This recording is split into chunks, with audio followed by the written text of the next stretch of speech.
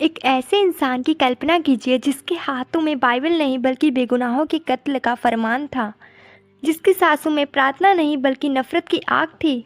इतिहास गवाह है, वो मसीहों का सबसे बड़ा दुश्मन था। वो एक चलता फिरता मौत का साया था। लेकिन आज मज़े की बात देखिए, जब आप और मैं अपनी ज़िंदगी में टूट जाते हैं, जब हम हार मान लेते हैं, तो सुकून पाने के लिए हम उसी कातिल के लिखे शब्द पढ़ते हैं। जी हाँ, बाइबल की आधी से ज़्यादा नई वाचा, न्यू टेस्टमेंट, उसी के हाथों से लिखी गई है। आखिर ऐसा क्या हुआ था उस धूल भरे रास्ते पर जिसने एक राक्षस को संत बना दिया? कैसे एक पल में नफरत का वो काला बवंडर प्रेम के सागर में बदल गया? अगर आपको लगता है कि आपके पाप बहुत बड़े हैं या परमेश्वर आपको माफ़ नहीं कर सकता, तो रुकिए, क्योंकि इस वीडियो के अंत में आपकी ये गलतफहमी हमेशा के लिए मिटने वाली है। आज आपकी आत्मिक आंखों से वो पर्दा हटेगा जो आपको अब तक रोक रखा था। तो चलिए उस रहस्य से पर्दा उठाते हैं। अगर आप आज अपनी ज़िंदगी में हार मान चुके हैं या आपको लगता है कि आपके पाप इतने बड़े हैं कि परमेश्वर आपको माफ़ नहीं कर सकता, तो रुकिए। अगले कुछ मिनटों में यह आपकी ये गलतफहमी हमेशा के लिए टूटने वाली है, क्योंकि पौलुस की कहानी सिर्फ एक आदमी की कहानी नहीं है। यह परमेश्वर की उस बेपनाह रहस्य का सबूत है जो पत्थर को भी मोम बना सकती है। कहानी की शुरुआत एक भयानक मंजर से होती है। यरूशलेम की गलियां, शोर शराबा और पत्थरों की बारिश। एक नौजवान जिसका नाम स्टेफन था, घुटनों के बल बैठा है, खून से लथपथ। लोग उस पर बड़े बड़े पत्थर बरसा रहे हैं। साउल के चेहरे पर कोई दुख नहीं था, बल्कि एक अजीब सा संतोष है। वह उन हत्यारों के कपड़ों की रखवाली कर रहा है। उसकी आंखों में एक आग थी, यहूदी धर्म को बचाने की आग। उसे लगता था कि यीशु का नाम लेने वालों को मिटा देने की सबसे बड़ी पूजा है। जरा सोचिए, उस वक्त साउल के हाथ खून से सने नहीं थे, लेकिन उसकी आत्मा खून में डूबी हुई थी। वो घर घर जाकर विश्वासियों को घसीटता था, महिलाओं को, पुरुष को, और उन्हें जेल में ठूस देता था। वो चलता फिरता मौत का साया बन चुका था। लेकिन परमेश्वर का प्लान हमारी समझ से भी बहुत परे होता है। वो दिन आया, दमिश्क का रास्ता। दोपहर का वक्त था, सूरज अपनी पूरी तेजी पर था। साउल अपने सैनिकों के साथ नए शिकार की तलाश में जा रहा था। उसे क्या पता था कि आज शिकारी खुद शिकार होने वाला है। अचानक सूरज की रोशनी फीकी पड़ गई। आसमान में से एक ऐसा तेज प्रकाश चमका कि वो घोड़े से सीधा जमीन पर आ गिरा। धूल में पड़ा हुआ वो कांप उठा। उस सन्नाटे में जो सिर्फ उसे सुनाई दिया, एक आवाज़ आई, साउल साउल, तू मुझे क्यों सताता है? उसने डरते हुए पूछा, प्रभु तू कौन? जवाब मिला, मैं यीशु हूँ। जरा उस पल की गहराई को महसूस कीजिए। जिस यीशु को वो झूठा नबी मानता था, जिसे वो खत्म करना चाहता था, वो जिंदा था और वो उसके सामने खड़ा था। उस एक पल ने साउल के पूरे वजूद को चकनाचूर कर दिया। जब वो उठा तो उसकी आंखों के सामने सिर्फ अंधेरा था। वो अंधा हो चुका था। 3 दिन, जी हाँ 3 दिन वो दमिश्क के घर में बिना खाए पिए अंधेरे में बैठा रहा। उन 3 दिनों में ऐसा क्या हुआ होगा? उसने अपने पिछले जीवन को देखा होगा। सितकुनुस का चेहरा याद आया होगा। उन औरतों की चीखें याद आई होगी जिन्हें उसने जेल भिजवाया था। वो पश्चाताप की आग में जल रहा था, और जब अन्याय ने आकर उस पर हाथ रखा तो उसकी आंखों से आंसू फूट पड़ा।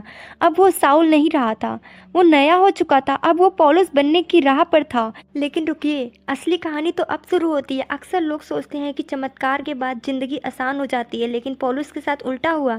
जिस यीशु के लिए उसने सब कुछ छोड़ा, उसी के लिए उसे अब वो सहना पड़ता था जो उसने दूसरों को दिया था। जरा उसकी तकलीफों का लिस्ट देखिए, रोंगटे खड़े हो जाएंगे आपके। दमिश्क में जिन यहूदियों का वो कभी हीरो था, अब वे उसके जान के प्यासे हो गए। उसे रात के अंधेरे में शहर की दीवारों के ऊपर एक टोकरी में बिठाकर नीचे लटकाया गया। सोचिए, कल का वो महान विद्वान आज एक टोकरी में छिपकर अपनी जान बचा रहा है। यह उसका अहंकार टूटने की शुरुआत थी। फिर आया लिस्ट शहर। वहाँ उसने एक लंगड़े को चंगा किया तो लोग उसे देवता समझने लगे। लेकिन थोड़ी देर ही बाद जब विरोधियों ने भीड़ को भड़काया तो तन्ही लोग पौलुस पर पथराव करने लगे। क्या आप उस दर्द को महसूस कर सकते हो? शरीर का पोर पोर टूट उठा, खून बह रहा है, धूल जख्मों पर चिपक रही है। उसके साथी रो रहे हैं। उसके पास खड़े थे, लेकिन तो भी एक हलचल हुई। पौलुस की उंगलियां हिली। वो मरा नहीं था, वो खड़ा हुआ। और जानते हैं उसने क्या किया? वो भागा नहीं, वो वापस उसी शहर में गया प्रचार करने। यह जुनून कहाँ से आता है? यह ताकत इंसान की नहीं हो सकती। उसने फिलिप्पी की जेल देखी, उसे और शरीर के कपड़े फाड़कर बेतों से पीटा गया। उनकी पीठ पर गहरे घाव थे। उन्हें लाल कोठरी में डालकर पैरों की लकड़ी की काट में जकड़ दिया गया। आधी रात का वक्त था, जेल में बदबू थी, अंधेरा था और दर्द था। कोई आम इंसान होता तो अपनी किस्मत को कोसता, लेकिन पौलुस और वो वहाँ प्रार्थना कर रहे थे और गीत गा रहे थे। जरा सोचिए, जेल की दीवारें गूंज रही थी परमेश्वर की स्तुति से, और तभी ये धरती डोल गई। एक बड़ा भूकंप आया, जेल के दरवाजे खुल गए और बेड़ियां टूट गईं। लेकिन पौलुस भागा नहीं, उसने वहाँ के जेलर को बचाया और उसी रात उसने पूरे परिवार को बपतिस्मा दिया। लेकिन दोस्तों, पौलुस की सबसे बड़ी लड़ाई बाहर की नहीं, अंदर की थी। बाइबल बताती है कि उसे एक शरीर का कांटा दिया गया था। विद्वान आज भी बहस करते हैं कि वो क्या था। शायद कोई आंखों की बीमारी, मिर्गी की दौड़ या मलेरिया। जो भी था, वो उसे हर वक्त सताता था। उसने 3 बार परमेश्वर से गिड़गिड़ा कर कहा, प्रभु मुझसे ये दुख ले ले। हम भी तो यही करते हैं। जब दुख आता है हम कहते हैं, प्रभु इसे हटा दे। लेकिन परमेश्वर ने उसे जो जवाब दिया, वो आज करोड़ों टूटे हुए दिल को सहारा दे सकता है। उसने कहा, मेरे अनुग्रह तेरे लिए काफ़ी है, क्योंकि मेरी सामर्थ्य तेरी कमजोरी में ही पूरी होती है। पौलुस समझ गया, उसने अपनी कमजोरी को गले लगाया। उसने कहा, जब मैं कमज़ोर हूँ तो भी मैं बलवंत हूँ।